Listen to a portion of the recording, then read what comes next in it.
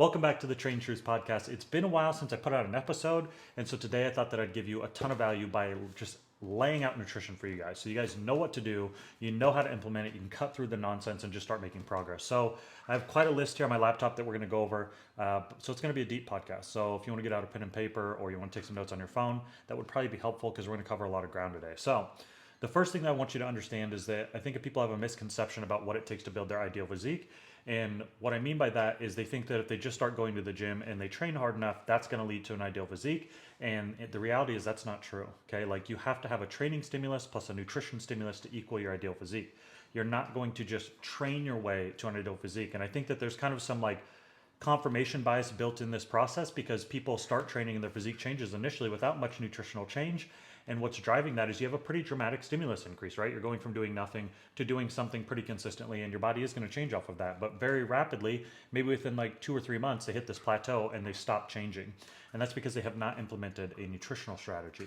And so, if you really want to build your ideal physique, it's not just training. Like, training is great, it's healthy, like, it's going to improve your life. However, if you want to reach that ideal physique, then you need training plus nutrition equals the ideal physique. So, you cannot leave out nutrition. And I'll be honest, like, not the reason 90% of people aren't making progress and they're kind of stuck in this rut of progress is because they don't have their nutritional component dialed in. And so I'm going to help you with that. So what I commonly see with this is people are trying to do something extreme. Okay, this is very popular, especially if like you're new to the gym. It's like maybe I'm going to do carnivore, maybe I'm going to do paleo, maybe I'm going to do vegan or vegetarian, or like I'm going to change my diet in this dramatic way, and that's what's going to get me results. And they're leaving out the most important variant, and the most important variable is that they're not tracking their calories, they're not tracking their protein, and those are probably the two easiest things to track to get results if you're a beginner. Is just track calories and protein. And so instead of doing something extreme, hang on, let me grab this little puppy here. Come here, baby girl. Instead of doing something extreme, this is Frankie, by the way, what I want you to do is to find something that is habituable, meaning like you can do this thing to get to your ideal goal and then you can maintain it. Like typically what I see is extreme diets, like fad diets, crash diets, aggressive deficits lead to aggressive rebounds because you're not really changing things about your lifestyle. You're not really changing things that you can habituate, meaning make a habit out of. What you're doing is just something extreme to get the weight off, but then you don't know how to eat to keep at that size. And so instead, what you want to pick is something that is sustainable, right? And so instead of doing something extreme, instead of going out and buying like a boatload of supplements and like doing an extreme dietary approach, what I would recommend you do is find something sustainable. And we're going to talk about that today. So first, we just need to talk about what is calorie maintenance, okay? So there's a lot of confusion when it comes to figuring out what your maintenance calories are. And a lot of people think that it's your BMR, which stands for your basal metabolic rate. That's not what your calorie maintenance is. Basically, what your BMR is when you if you were to wake up in bed and just lay in bed and not do anything, not eat anything, just lay there all day, that's how many calories it takes to keep you alive, okay? So maintenance BMR is not the number that you should be basing your intake off of because obviously you're doing things throughout life, you're consuming food, that takes calories to digest, you're hopefully exercising, etc. So instead, what you should be basing your nutrition off of is this formula called TDEE, and that stands for total daily calorie or energy expenditure, total daily energy expenditure. And what this is, it's a combination of all the things that you kind of go through in life. So this is BMR, right? What it takes just to have your body function. And then NEAT, non-exercise activity thermogenesis.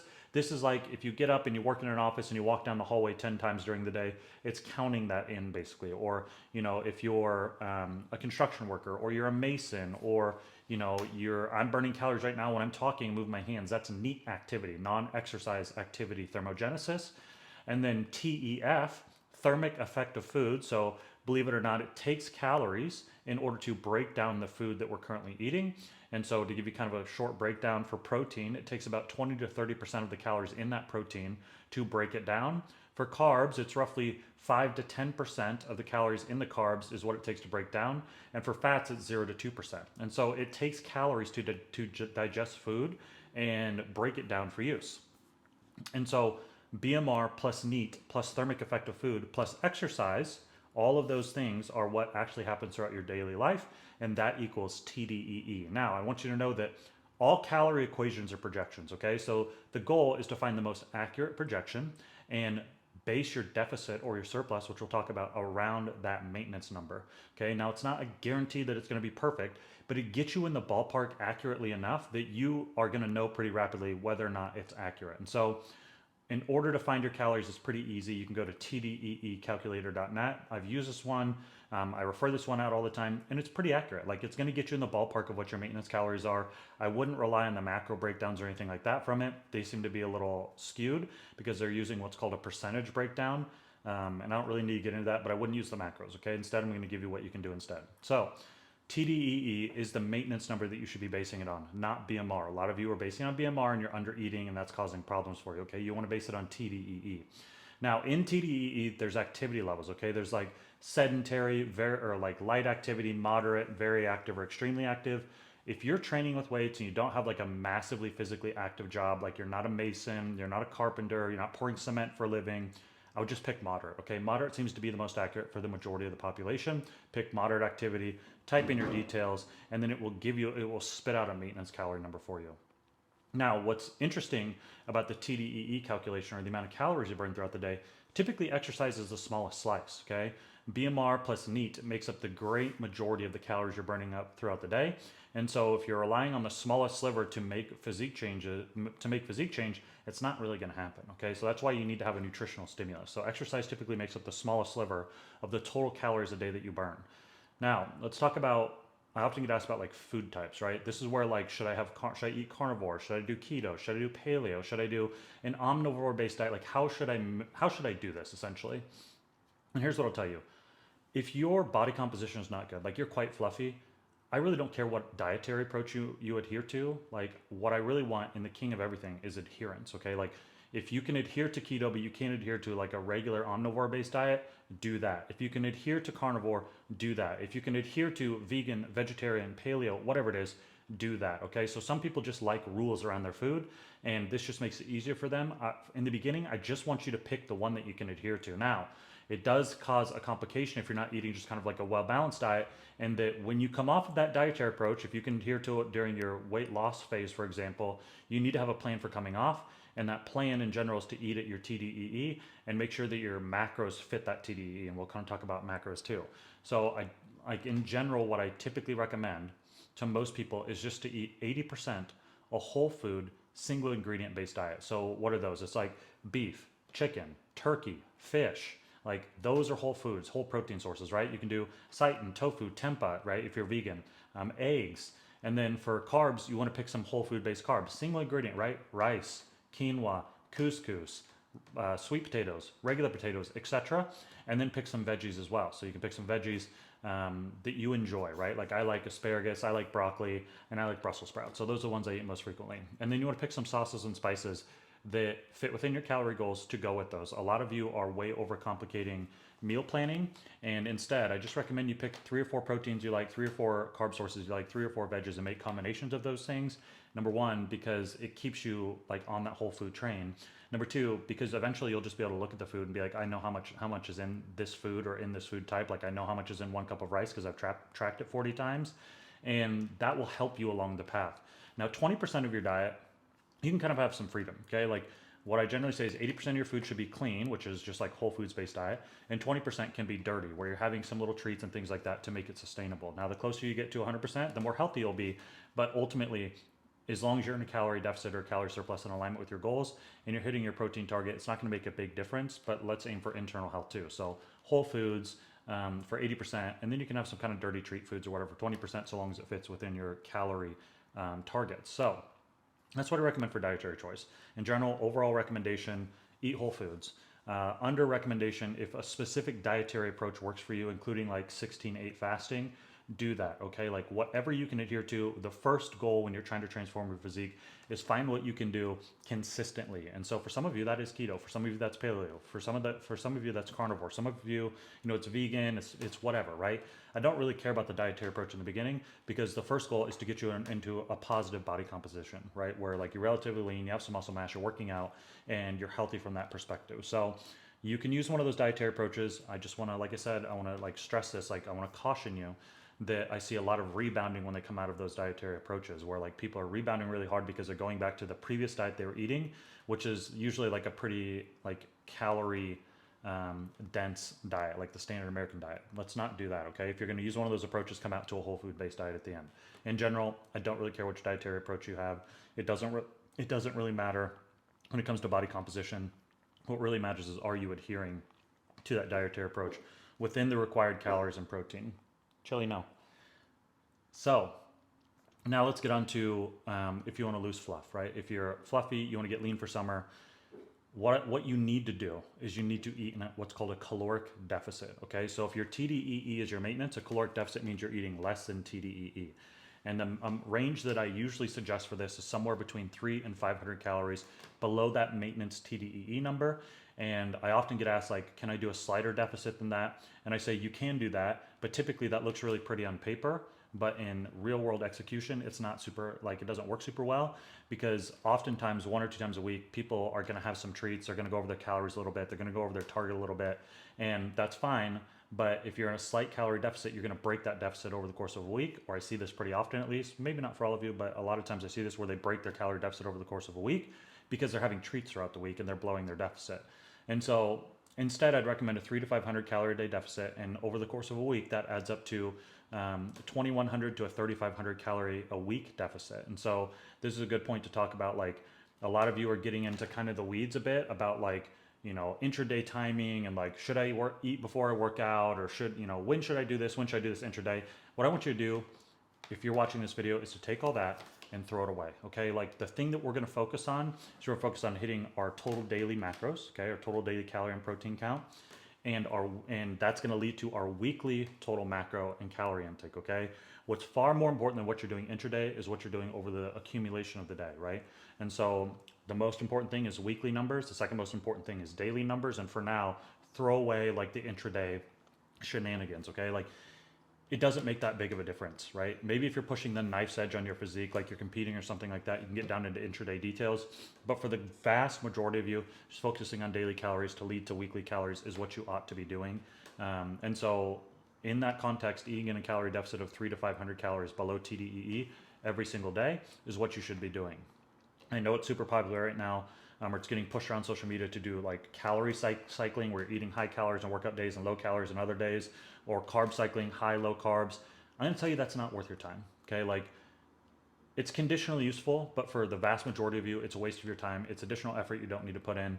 Ultimately, if you're doing calorie cycling, there's no, like, hacking your body, okay? Like, your body's gonna take the aggregate over the course of a week. So if it's like, I'm going to use 6 days for easy math. If, like, 3 days you're at 2,500 and 3 days you're at 2,000, the aggregate is 2,250. Your results are going to be, like, pretty dang close to the results of if you just ate 2,250. So instead of making it hyper complex, which, you know, we have a tendency to do because we're all, like, people are looking for this secret sauce. There is no secret sauce. Eat at a 300 to 500 calorie a day deficit consistently. Expect to lose 1 to 2 pounds a week. That's a sustainable rate of loss. We're not doing extreme things, okay? We're not doing extreme things because extreme things typically lead to extreme rebounds. Let's make this a permanent change. So 300 to 500 calories below TDEE. And then as far as protein, if you're relatively, like, lean, like, let's say you have less than 30 pounds, I'm just picking an arbitrary number, less than 30 pounds to lose, eat your body weight in grams of protein per day, okay? If you're relatively fluffy, let's just call that greater than 30 pounds of fluff to lose, eat your target body weight in protein. Let's just keep it super simple, okay? Like, getting within, like, the little minutia isn't gonna make that big of a difference, okay? It's gonna be quite negligible. So 30 pounds or less to lose, target body weight. More than 30 pounds to lose, or excuse me, 30 pounds or less to lose, eat your current body weight in grams. 30 pounds or more to lose, eat your target body weight in grams, okay? So let's kind of, like, summarize, like, the deficit. We're gonna figure out what our TDEE is. There's a calculator online for that, tdeecalculator.net.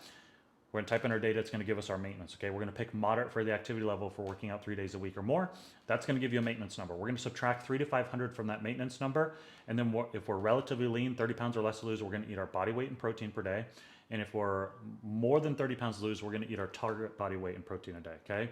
Now, how are you gonna track it? You're gonna use, like, MyFitnessPal or Lose It, or there's a bunch of tracking apps out there, and you're gonna type those foods in and you're gonna track it. What I will say about the protein is it's very difficult to hit the protein target unless you have a plan prior to the day starting with how you're gonna hit it, and I'll get into, like, how to kind of figure that out towards the end of the video. So that's weight loss, okay? I often get asked if I'm in a deficit, am I going to put on muscle? I would consider it a bonus if you put on muscle, but the whole goal during a deficit is really just to retain the muscle that you have, okay? Like if you put on muscle, great. I wouldn't plan on it over the long term. It may happen over the short term, but over the long term, it's probably not going to happen, okay? So the whole goal during deficit is just to retain the muscle. Now let's talk about calorie surplus, okay? If you want to build muscle, like hear me clearly, if you want to build muscle over the long term, you have to be in a calorie surplus, okay? You have to give your body more energy than it needs so that it can fashion this metabolically demanding tissue called muscle. Okay, so muscle burns quite a bit of calories, right? It's pretty expensive to maintain. And so in order to kind of like tell your body, hey, it's all right if you put on additional muscle mass, we're going to eat in a calorie surplus. Okay, we're going to eat in a calorie surplus every day, 300 to 500 above your maintenance. Okay, so if your maintenance is here, we're going to go 300 to 500 calories above that. We're going to eat that every day. And the same rule for protein applies. So we're going to eat, if we have, you should be bulking from a relatively lean standpoint because you need to bulk for quite a bit of period of time. So you should be relatively lean when you start a bulk, and you should stick to it for 6 to 12 months, and you should eat roughly 1 gram per pound of body weight in protein. Somewhere between like 0.7 and 1 gram per pound is sufficient. So what are you going to do? You're going to hit that calorie surplus every day, 300 to 500 calories above your maintenance. You're going to eat 0.7 to 1 gram per pound of body weight in protein every single day. You're not going to cycle up and down. You're just going to try to aim for that every single day. And I want you to know that it takes a long time to build muscle. Okay, like per the evidence, for a newbie, someone who's new to the gym, doesn't really have experience like with stimulus, like weight training. If you're a woman and you're eating in a surplus and you're doing everything right, you might put on roughly 1 pound of muscle a month, okay? Lean, dry tissue, which is not a lot, right? If you're a fella, you might put on 2 pounds of muscle a month if you're on the upper end kind of like of the genetic scale, somewhere between 1 and 2 pounds a month. So what that tells you is that you need to do this for an extended period of time if you want to actually make physique changes. One of the biggest problems that I see is people go into a surplus for a couple months, start to lose their abs a little bit, and then they'll go into a deficit. And so they're taking 2 steps forward, 1 step back, 2 steps forward, 1 step back. Instead, what I highly recommend you do is you just eat in a surplus for 6 to 12 months, okay? Yes, you're gonna put on a little bit of fluff, but it's not gonna surprise you, okay? Like, it's not like you're gonna start eating in a surplus and in 2 weeks you're gonna be the Michelin man, okay? It's like, it's a slow accumulation just like the muscle is.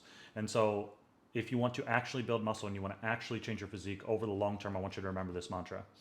All of my physique progress happens in the bulk and is revealed in the cut, okay? So all of my physique progress happens during the bulk, all my muscle building happens in the bulk, and it's revealed in the cut when we retain the muscle and we lose the fluff, all right? And so under that mantra, you need to be bulking for extended period of times, because like if you're a woman, you bulk for 6 months, maybe you put on 6 pounds. That's not a lot, right? But it's enough to notice changes. It's enough to begin the process of building that ideal physique. Over the course of a year, if you're lucky in a woman, you might put on 12 pounds if you're lucky, right? Because those muscle gains start to taper off a little bit as you get more conditioned and as you get into this. There's like a saturation point for everybody. Fellas, if you bulk for 6 months and you're lucky and you do everything right, you might put on 12 pounds, right? You'll probably average around 8 or something like that.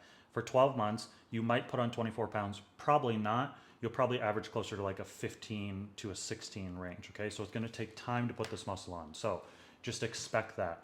Go into it with that mentality. I'm going into this for the long term. Like, so many of you are way overestimating what you can accomplish in a month and way underestimating what will happen in a year if you do it right. If you do it right at the end of a year, you should look dramatically different, but that's only in the context of if you stick out the bulk. Now, let's talk about calculating your macros, okay? So I don't want to get down into the weeds of like how do you figure out carbs versus fats or anything like that. For most of you, you can make really, really good progress by figuring out that calorie target, either TDEE minus 300 to 500 for a deficit or TDEE plus 300 to 500 for a surplus, and then hitting your protein target, okay? That's going to be enough for the great majority of you, depending on which way you want to go, right? Surplus if you want to add muscle, deficit if you want to lose fat and retain muscle. That's enough, okay? Like, we don't need to get down into the weeds of like calculating fat and calculating carbs and things like that. For like the beginners who you're just starting to track your nutrition, you're just starting to get into it, that's enough. Just track your protein, track your calories. Now, as far as like how to meal prep for these things, a lot of people kind of like overcomplicate this in their head. It's not as complicated as what you think, all right? So here's what you'll do. Let's say you have your macros. I want to hit, let's say 150 grams of protein and I want to hit 2,000 calories a day. Let's say that's your numbers. And let's say you're going to do it over let's say actually to make it easy, you're going to do it over 5 meals, easy math, right? So if you're going to do it over 5 meals, what that means is that each meal needs to have 30 grams of protein in there, and it needs to be no more than 400 calories, okay? So somewhere between 350 and 400 calories. So how do you do that, right? You're going to have 4 meals, that's going to be 2,000 calories, 150 grams of protein, 30 grams of fat, 400 calories. What you're going to do is you're going to start with your protein, okay? Protein's the easy thing to start with. So let's say you have like a pound of ground beef, right? You can have a pound of ground beef and you can look at the nutrition label and type this in MyFitnessPal if you want, or lose it. And about a quarter of a pound of ground beef is like 20, like lean ground beef 93.7 is about 22 grams of protein-ish, 20, 22. So you know you need a little bit more than a quarter of a pound of ground beef per meal over 5 meals, okay? So like you can get out your scale if you want. In the West, at least in the United States, like the nutrition label is based on raw weight, so you can know that if you want to get out the scale and measure it out. But in general, you can pretty much eyeball it, right? If a pound has like, let's say 90 grams of protein, you know that you need about a pound and 2/3 total. Let's say ground beef, you're gonna have ground beef all day in order to hit your goals, right? And so you can take that, cook it up, divide it and portion it across 5 meals, and there it is, right? Like it doesn't have to be exact per gram per meal. You just need to hit that total daily target, okay? And then what you need, then like you'll know what the calorie target is, okay? Like because you'll type it in MyFitnessPal. Like each meal now has, let's say 280 calories and 30 grams of protein. Now you need to fill the rest of those calories in with carbohydrates, right? So like 1 cup of white rice that's cooked has about 40 grams of carbs, 160 calories. Put 3/4 of a cup of rice in there, and there you have it. You have 400 calories with 30 grams of ground beef, right? So the thing is, like, if you use similar protein sources and use similar carb sources repeatedly, this process becomes very easy. But in general, it's pretty simple. You're going to do your total daily macros divided by however many meals you're going to have during the day, and then you're going to start at protein when you're cooking. You're going to like make sure that protein target is hit in each of your meals, and then you'll use carbs to fill it out, and then you can put some like low calorie veggies in there to mix it up, like broccoli or Brussels sprouts or asparagus or things like that, right? Those don't really have like a whole lot of calories in them. They're like they're low calorie veggies, okay? So you put those in to mix it up, and then you can use spices and sauces to flavor it, okay? So that's how simple meal prep should be. Like we don't have to do these fancy meal preps that are really difficult to calculate. So like I said, pick 3 to 4 proteins, 3 to 4 carbs, some low calorie veggies you can mix in there, and then some spices and sauces. If you're on a deficit, helpful to look for spices and sauces that have low calories. And like an example of these would be like hot sauce, mustard, low calorie, ketchup, zero sugar barbecue sauce, salsa. Those are ones that are used frequently. Soy sauce or liquid aminos, things like that. If you're on a surplus, you have a lot more flexibility for spices and sauces because it's okay if they have calories, because most of you are probably going to struggle to eat your surplus anyway. So you can use kind of whatever sauces you want so long as it fits within your each meal macro portion. So that's what you should do. Now, if you guys need help with all of this, right? You're like, okay, that sounds great. Like I'm going to try to implement this, but what about weight training? Or like, can't you just give me macros, etc. for me specifically? What I suggest you do, highly suggest, is get the cheapest coaching that you can get, which is join my coaching group. Okay, my coaching group is $29 a month. It literally is so affordable. I set the bar so low so that it's like you have to pay something, so chances are you're going to stick to it, but it's cheap enough that the great majority of people can afford it. And in that, I'm going to give you custom macros, so you won't have to like figure out your macros, and that will include carbs, fats, and proteins and calories. So it'll tell you exactly what you need to eat every single day. It'll give you an expansive food list, so you don't have to like try to find a food list or like try to figure it out. It's like, oh, I like this food, this food, this food, this food, this food. I'm gonna make combinations. I'm gonna use that to hit the macros. It'll come with a progressive training plan for a month that gets updated every single month, so that you continue to get progressive overload, cardio prescription, exercise demos. The weight will be regulated for you based on your current fatigue in the gym, so you never have to guess on intensity. It comes with courses. It comes with unlimited question and answer, and it comes with monthly coaching check-ins. So like everything you need to be successful is in that group. And so if you're watching this video, like, I think I can manage nutrition, but how do I put together a solid plan? Just join the group. Like, it's the cheapest way to learn because you can learn from someone who's coached literally almost 10,000 clients over the last decade, and just see what like an expert plan laid out looks like, and then you can just go execute on it, right? The fastest way to get the knowledge is to take the knowledge from someone who already has it, right? So join the coaching group. Maybe you're in there for 3 or 4 months. You see what's going on. You see how I'm making adjustments, and then you can go on and program yourself, right? That's like an example. So if you need help with it, join my coaching group. As always, I have full coaching options. That's the most guaranteed way to get results, because you're going to check with me twice a week, custom plan, custom macros. Everything is taken care of for you. You're just on autopilot, just following instructions. So hopefully this is helpful. To summarize it all up for you, like if you want to reach your end state physique, you can't just lift. you can't just do cardio. You have to have a nutritional component in there, right? If you want to lose fluff, 3 to 500 calorie a day deficit, plus hit your protein target. You want to build muscle, 3 to 500 calorie a day surplus, plus hit your target. On that topic, one more thing about being in a surplus, I often get asked about main gaining or lean gaining. Once again, this is another situation where it looks really pretty on paper, but in practice, it usually doesn't work because a lot of people will miss 1 to 2 meals during the week in a surplus. Like, it's just bound to happen. And then over the course of a week, you're in a deficit. Okay. So it's like, we don't want to do a tiny surplus because you'll often end up in a deficit just because life gets in the way. So instead of 3 to 500 calorie a day surplus is better because it gives you some life insurance. If you miss a couple meals on a 3 to 500 calorie a day surplus, you're probably still going to be a surplus at the end of the week, so it's not as big of a deal. So that's what you should do with your nutrition. Stop overcomplicating it. Stop doing extreme things. It's a responsible deficit, a responsible surplus, and time. Like, a lot of you are spending a lot of time and energy and research time on supplements and like, is this thing going to take me next level? Is that thing going to take me next level? And here's what I'll tell you, like, it's not the supplements, okay? It's sleep, it's proper nutritional strategy, and it's training. Those are the 3 biggest things. That's 98% of your results right there, okay?